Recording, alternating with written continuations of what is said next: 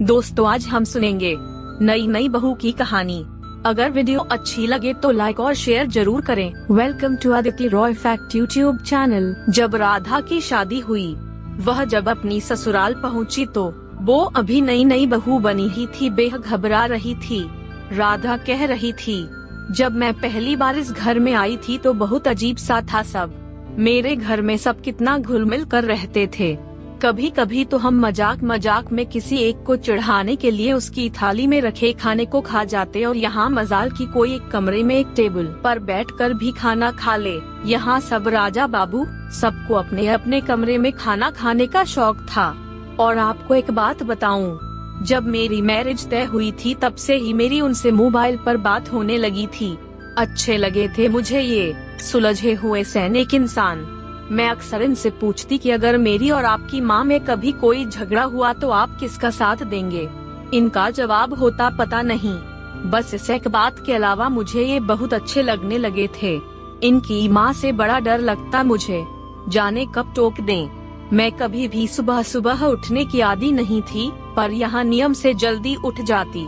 एक बार देर से नींद खुली तो देखा कि सासू माँ किचन में नाश्ता बना रही हैं। मुझे ऐसे लगा जैसे मानो कि पैरों तले जमीन निकल गई हो, और मुझे ऐसे लगा कि आज तो ये बुढ़िया मेरी जान ले लेगी। पर कुछ कहा नहीं सासू माँ ने, बस पूछा कि तेरे लिए भी पराठे सेंक दूं या नहा कर खाएगी। मुझे लगा लेट उठने पर ताना कस रही हैं या मुझे काम चोर समझ रही हैं, पर ऐसा कुछ भी नहीं था। सासू माँ का साड़ी पहनने का तरीका बड़ा सलीकेदार था और मुझे साड़ी से चिढ़ पहनने में ही घंटों लग जाते, फिर पहने पहने काम करना अजब हाल था मेरा। हर आधे पौन घंटे में फिर से सब ठीक करना पड़ता, नहीं तो सासू माँ टोक देती कि तमीज नहीं है क्या, ठीक से पहनो। एक बार तो चिढ़ ही गई, बोली कि जब नहीं पहनना आता तो या तो सीख लो या जो आता है वो पहनो, कार्टून क्यों बन जाती हो। बहुत रोना आया था मुझे, एक तो इतनी मेहनत करो और ऊपर से सुनो भी। मैंने भी ठान लिया कि अब साड़ी जाए चूल्हे में। पति की भी बड़ी खराब आदत थी, घर आते ही पहले अपनी माँ के पास आकर बैठ जाते, और कभी कभी तो घंटों बैठे रहते। किस बहू को अच्छा लगेगा कि उसका पति उसके पास नहीं अपनी माँ के पास बैठ जाए।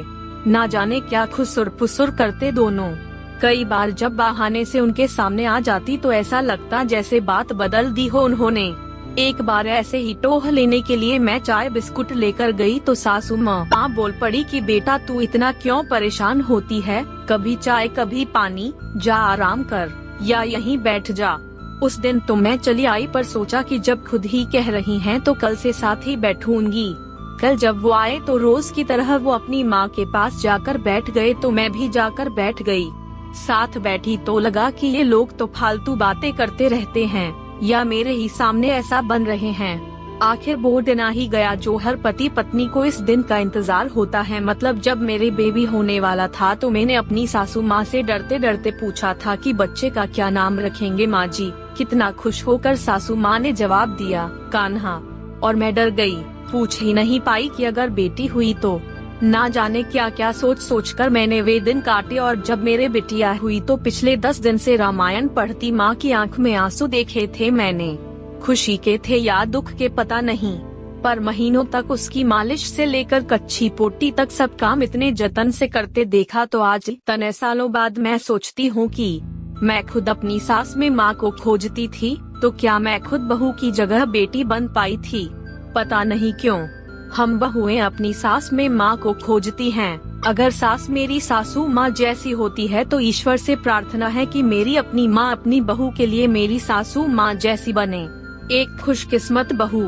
कहानी अच्छी लगी तो लाइक करो और शेयर करो, और साथ में चैनल को सब्सक्राइब करें। दोस्तों ऐसी और वीडियोस देखने के लिए वीडियो को लाइक और चैनल अदिति रॉय फैक्ट को सब्सक्राइब करें। मिलते हैं आपसे अगली वीडियो में। जब तक अपना और अपने परिवार का ख्याल रखें। धन्यवाद।